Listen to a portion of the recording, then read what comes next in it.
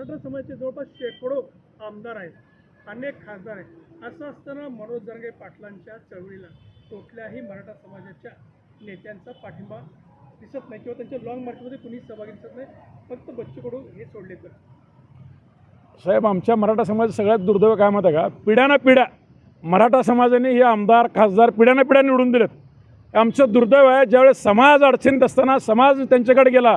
आज भुजबळ ओबीसीसाठी उभा राहतो, नरहरी जिरवळ आदिवासी समाजासाठी उभा राहतात, पण मराठाचे सगळ्यात जास्त आमदार, सगळ्यात जास्त खासदार, सगळ्यात जास्त मंत्री, खास मुख्यमंत्री, एक उपमुख्यमंत्री मराठा समाजाची बाजू घेत नाहीत. आम्हाला कायदा शिकवतात. कायद्यामध्ये बसणार आरक्षण आमचं असताना हे कर्मदरिद्री आहेत. मराठा समाजाचे आमदार खासदार नालायक आहेत, हरामखोर आहेत.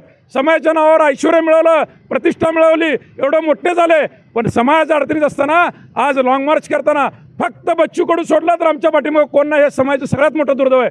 पण सांगतो साहेब, ह्यांनी पेन्शनची तयारी करावी. ह्यांचे राजकीय अस्तित्व मराठा समाज संपवल्याशिवाय शांत बसणार नाही.